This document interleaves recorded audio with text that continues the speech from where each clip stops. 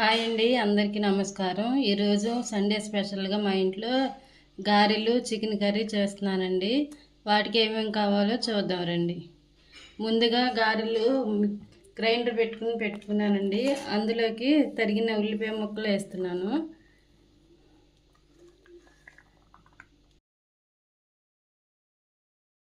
అలాగే కొత్తిమీర, కొద్దిగా కరివేపాకు, పచ్చిమిర్చి, అల్లం పేస్ట్ చేసి వేస్తున్నానండి.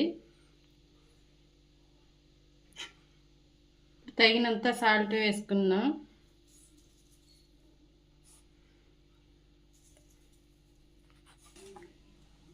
ఇవన్నీ వేసి ఒకసారి కలుపుకుందామండి.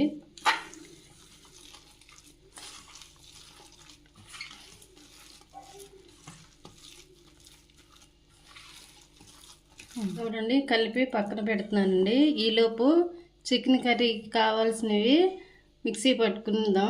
పచ్చిమిర్చి తీసుకున్నానండి, ఒక ఎల్లుల్లిపాయ తీసుకున్నాను, కొద్దిగా జీడిపప్పులు, కొంచెం చిన్న కొబ్బరి ముక్క వేస్తున్నానండి, గ్రేవీ బాగుంటుంది, చిన్న అల్లం ముక్క, ఒక ఉల్లిపాయ కట్ చేసి పెట్టుకున్నానండి. ఇవన్నీ కలిపి మిక్సీ పట్టుకుని పేస్ట్ చేసుకుందాం.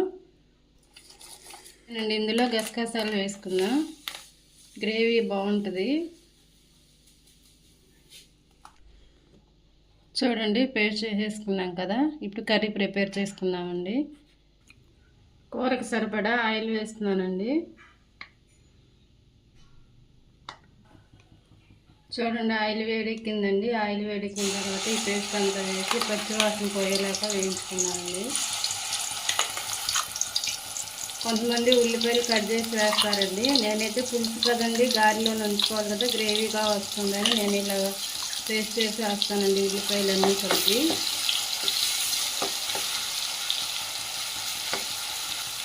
ఆయిల్లో ఈ పేస్ట్ అంతా పచ్చివాసన పోయేలాగా వేయించాలండి.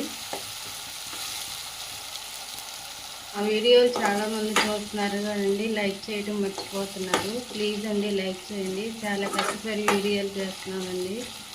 మీరు లైక్ చేస్తే వేరే వాళ్ళకి మా వీడియోలు వెళ్ళడానికి అవకాశం ఉందండి. 5 నిమిషాలు బాగా ఫ్రై అయిన తర్వాత చికెన్ వేసుకుందాం.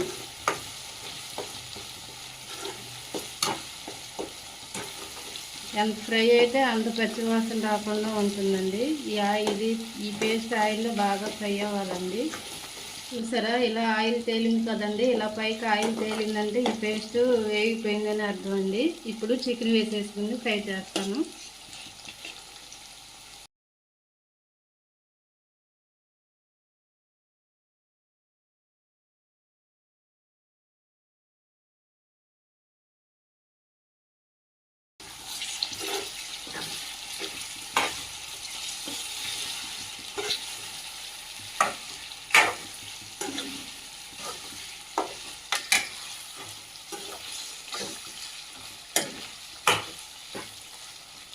చూడండి, ఈ చికెన్ పక్కన స్టవ్ మీద పెట్టుకుని ఇదే పొయ్యి మీద గారెలు వేసుకుందామండి, వేరే పొయ్యి మీద. చూడండి, గారెలకి అయితే గిన్నె పెట్టేసానండి. ఇందులో ఆయిల్ వేసుకుందాం. చూడండి, గారెలు వేయించుకుందాం. దానికి సరిపడా ఆయిల్ వేస్తున్నానండి.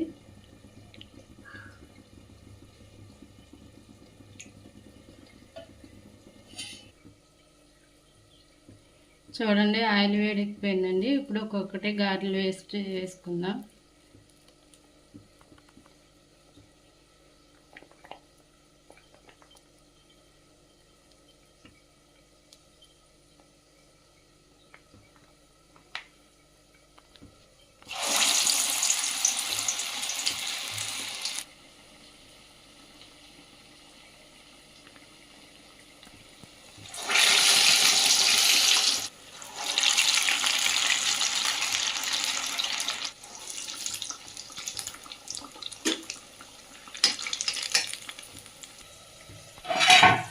చూడండి, చికెన్ ఎంతవరకు వచ్చిందో చూద్దాం. ఇప్పుడు గారెలు వేగేలోపు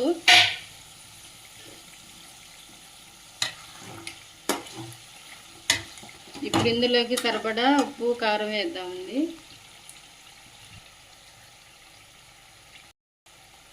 కొద్దిగా సాల్ట్ వేస్తున్నాను,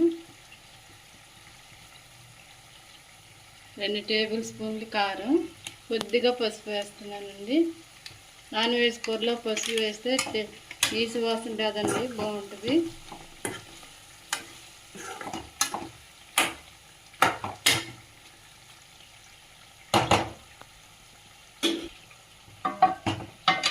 ఇది కాసేపు వేగిద్దామండి. ఇప్పుడు గారెలు ఎలా ఉన్నాయో చూద్దాం.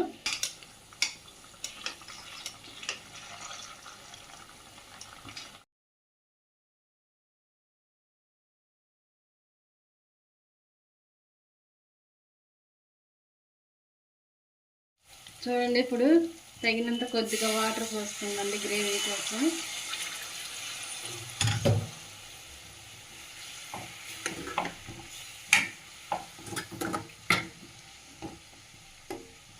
సరిపోతాయండి, సరిపోయిన ఒక పావు గంట ఉడికితే సరిపోతుంది. మూత పెట్టుకుందామండి.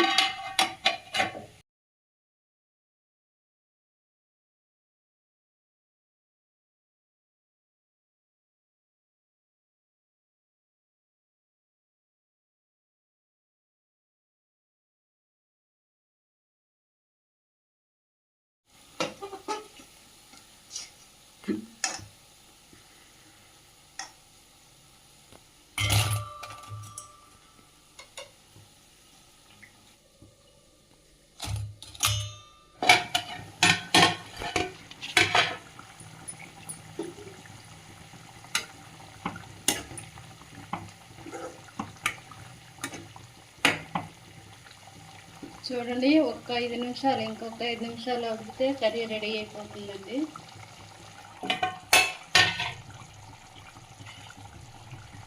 అయిపోయిందండి కూర. లాస్ట్గా కొత్తిమీర వేసుకుని సర్వ్ చేసుకున్నాం.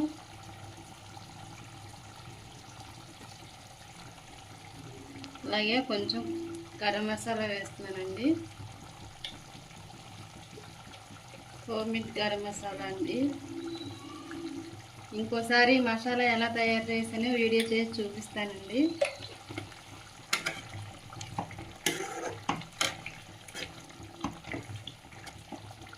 ఈ మాత్రం గ్రేవీ సరిపోతుందండి, ఎందుకంటే గారెలో వేసుకుని తింటాం కదండి.